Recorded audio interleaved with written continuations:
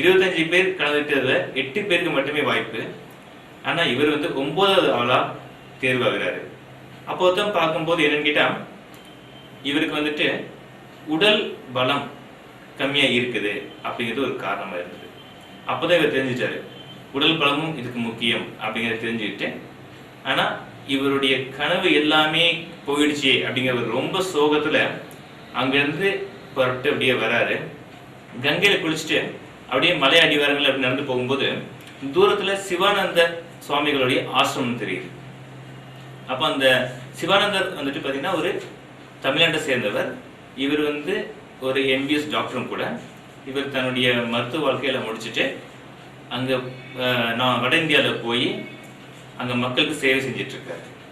அப்போ அந்த சுவாமிகள்கிட்ட போய் இவர் பேசுறதுக்கு வாய் எடுக்கிறாரு. ஆனா பேச முடியாம அப்படியே வெம்பி நிக்கிறாரு. அப்ப அந்த சிவானந்த சுவாமிகள் வந்துட்டு இவராகவே பேசட்டும் அப்படின்னு சொல்லி விட்டு டைம் கொடுத்து அப்படியே பேசாம நிக்கிறாரு. கொஞ்ச நேரம் முடிஞ்சு சொல்றாரு, என்னுடைய கனவுகள் எல்லாமே போயிடுச்சு அப்படின்ட்டு. அப்போ சிவானந்தர் சொல்றாரு, இங்க பாரு, நம்ம வாழ்க்கையை வந்துட்டு கடவுள் இப்படித்தான் இருக்கணும் அப்படிங்கிறது என்னைக்கே நிர்ணயிச்சாரு. இதில் நம்ம வந்து எதையும் தேடி போக முடியாது. அந்தந்த காலகட்டத்தில் எல்லாமே நமக்கு எது கிடைக்கணும் இருக்கோ அது கண்டிப்பாக கிடைக்கும். ஆனால் நம்மளுடைய முயற்சியை மட்டும் தளராம நம்ம செஞ்சுட்டே இருந்தால் போதும் அப்படின்னு சொல்றாரு. இதை கேட்டுட்டு இவர் வராரு. வந்தோடனே இவருக்கு பாதுகாப்பு அமைச்சகத்திலிருந்து வேலை கன்ஃபார்ம் ஆயிடுச்சு. அங்கே போய் சேர்றாரு. மாத சம்பளமா முதல் கட்டமா 250 ரூபாய் சம்பளம் வாங்குறாரு.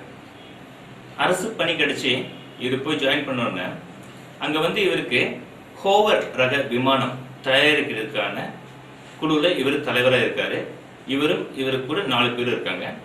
இவங்க எல்லாம் சேர்ந்து இந்த ஹோவர் ரக விமானத்தை தயாரிக்கணும். ஹோவர் ரக விமானம்னா என்ன, அது எப்படி அப்படிங்கிறத பற்றி இவருக்கு எதுவுமே தெரியாது. அதை பற்றி ஏதாச்சும் புக்ஸ் கிடைக்குமா தேடி பார்த்தாங்க, புக்ஸும் கிடைக்கல. இதை பற்றி தெரிஞ்சவங்க யாராச்சும் கேட்டு தெரிஞ்சுக்கலாம் அப்படின்னு பார்த்தா அதுக்கும் ஆள் கிடைக்கல. என்ன பண்ணுறது அப்படின்னு தெரியல.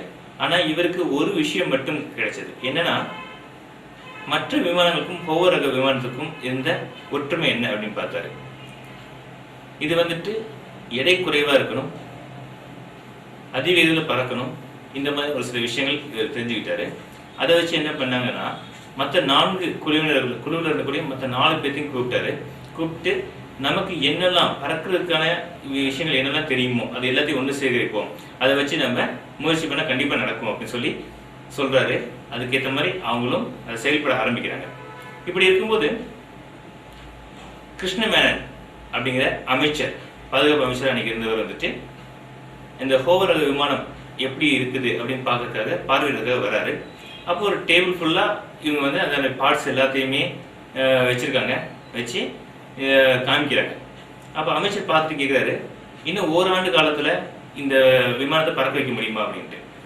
அப்போ கலாம் சார் சொல்கிறாரு, கண்டிப்பாக முடியுங்க அப்படின்னு சொல்லி உறுதியாக சொன்னார்.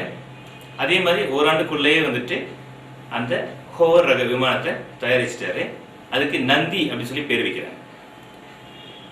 இந்த விமானத்தில் வந்துட்டு ஏறி பயணம் பண்ணுறதுக்காக அமைச்சர், பாதுகாப்பு அமைச்சர் அன்னைக்கு வந்திருக்காரு.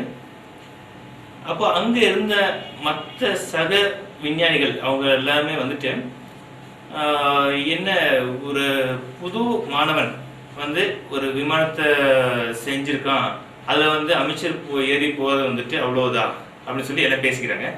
அப்போ அங்கே இருந்த மூத்த பைலட் அவர் வந்து நானே விமானத்தை ஓட்டுறேன் அப்படின்னு சொல்லி சொல்கிறாரு. அப்போது அமைச்சர் சொல்லியிருக்காரு, இல்லை இது வந்து கலாம் தயாரித்த விமானனால கலாமே ஓட்டுட்டும் அப்படின்னு சொல்கிறாரு. அப்போ அப்துல் கலாம் சாரே அந்த விமானத்தை இயக்குறாரு, நல்லபடியாக போயிட்டு வருது. இதுக்கு பேர் வச்சதும், அதாவது இந்த ஹோவர் ரக விமானத்துக்கு நந்தின் பேர் வச்சதும் அப்போ இருந்த பாதுகாப்பு அமைச்சர் தான். கலாம் சாருடைய ராக்கெட் வாழ்க்கையை பற்றி பார்ப்போம். அவங்க குழுவுக்கு கொடுக்கப்பட்ட நேரத்தை விட ரொம்ப குறுகிய காலத்திலேயே ரோவர் ரக விமானத்தை தயாரிச்சாங்க. 550 கிலோ இருக்கக்கூடிய ரோவர் ரக விமானத்தை தயாரிச்சாங்க. ஆனா அந்த சந்தோஷம் வந்து ரொம்ப நாள் நீடிக்கல. ஏன்னா அந்த விமானம் வந்துட்டு இராணுவ படைக்கு அந்த விமானத்தை சேர்க்க முடியும். அப்போ இவர் வந்துட்டு ரொம்ப ஃபீல் பண்றாரு, என்ன நம்மளுடைய விமானம் நம்ம கஷ்டப்பட்டு தயாரிச்சோம், ஆனா அது வந்து விமானப்படையில் சேர்க்கப்படலையே அப்படின்னு சொல்லி சோகத்தில் இருக்காரு. அந்த சமயத்துல இவருடைய இயக்குனர் இவரை கூப்பிட்டு, கலாம் உங்களுடைய விமானம் எந்த நிலைமையில இருக்கு அப்படின்னு சொல்லி கேட்குறாரு. அதுக்கு கலாம் சார் வந்து பறக்கக்கூடிய நிலையில தான் இருக்கு சார் அப்படின்னு சொல்லி இவரு சொல்றாரு. நாளைக்கு உங்க விமானத்தை தயார் நிலையில வைங்க, ஒரு விஐபி வராரு அப்படி மட்டும் இவர் சொல்றாரு. அப்போ கலாம் சாருக்கு ஒன்றும் புரியல, யார் வர போறாங்க என்னன்னு தெரியல. இருந்தாலும் அந்த விமானத்தை ரெடியா வைக்கிறாரு.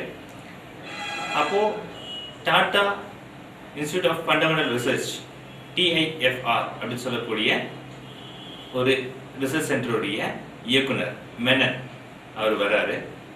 அவர் வந்து இந்த இவருடைய ரோவர் விமானத்தில் ஏறி ஒரு 10 நிமிஷம் டிராவல் பண்றாரு.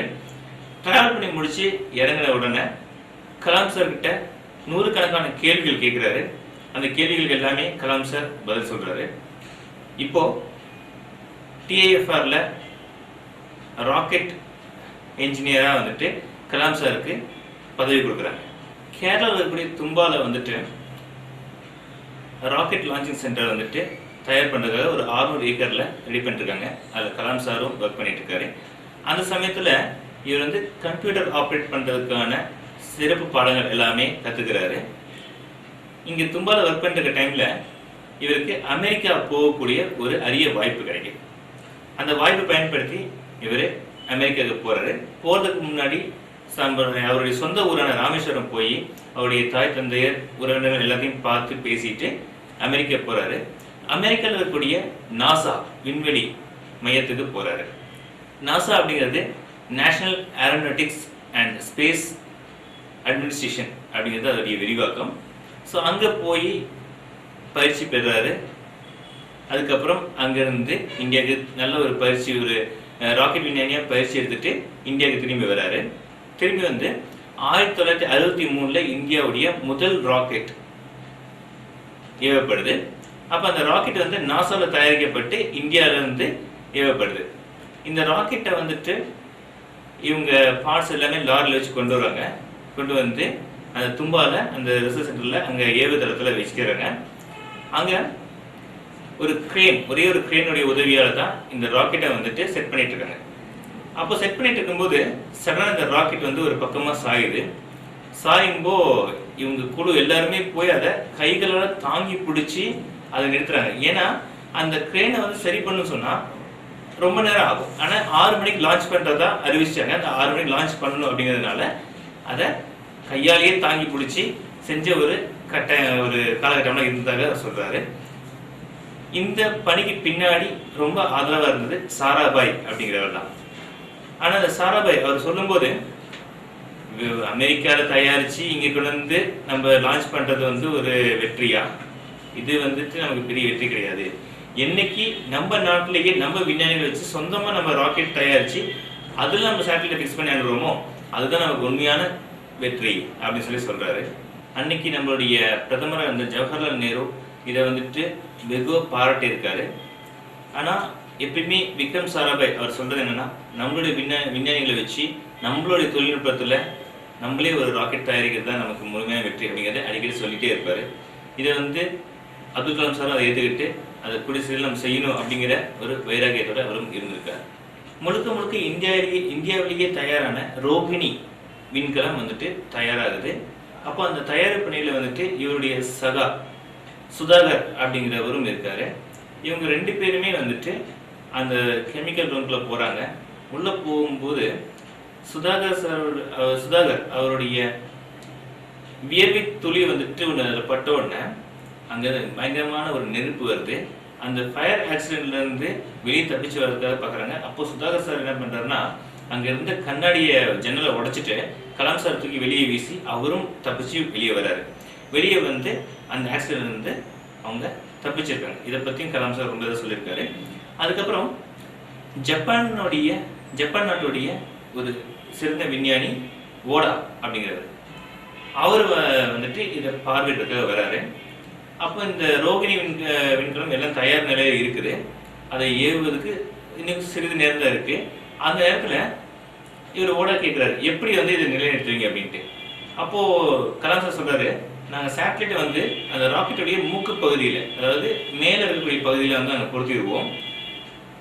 அந்த ஒரு குறிப்பிட்ட டைம்ல அந்த மூக்கு பகுதியை வெடிக்க வச்சிருவோம். அப்போ இந்த சேட்டலைட் தனியாக வந்து பிரிஞ்சு போயிடும். அதை வச்சு நாங்கள் அதை நிலைநிறுத்திடுவோம் அப்படின்னு சொல்லி சொல்கிறாரு. அப்போ இப்போ நீங்கள் என்ன பண்ணிட்டு இருக்கீங்க அப்படின்னு கேட்கும்போது, நான் வந்து அதில் என்னோடய எலக்ட்ரானிக் வாட்ச் அதில் ஃபிக்ஸ் பண்ணிகிட்டு இருக்கேன். ஸோ அந்த டைமுக்கு அது போய் அந்த வெடிச்சதுக்காக என்னோடய எலக்ட்ரானிக் வாட்சை ஃபிக்ஸ் பண்ணிட்டு இருக்கேன் அப்படின்னு சொல்லி சொல்கிறாரு. அப்போ ஓட சொல்கிறாரு, எல்லா பொருட்களுமே வந்து இந்தியா தயாரானது, எங்களுடைய ஜப்பானில் தயாரிக்கிற இந்த வாட்சை வந்து நீங்கள் ஃபிக்ஸ் பண்ணுங்க அப்படின்னு சொல்லி சொல்கிறாரு. அப்போ கலாம் சார், இல்லை சார், நாங்கள் எல்லாமே இந்தியா பொருட்களை தான் வச்சுருக்கோம் அப்படின்னு சொல்லும்போது அவர் ரொம்ப வற்புறுத்தி சொல்கிறாரு, சரி இதுக்கு மேலே வர தவிர்க்க முடியாத சூழ்நிலையில் அந்த கடிகாரத்தில் ஃபிக்ஸ் பண்ணுறாரு.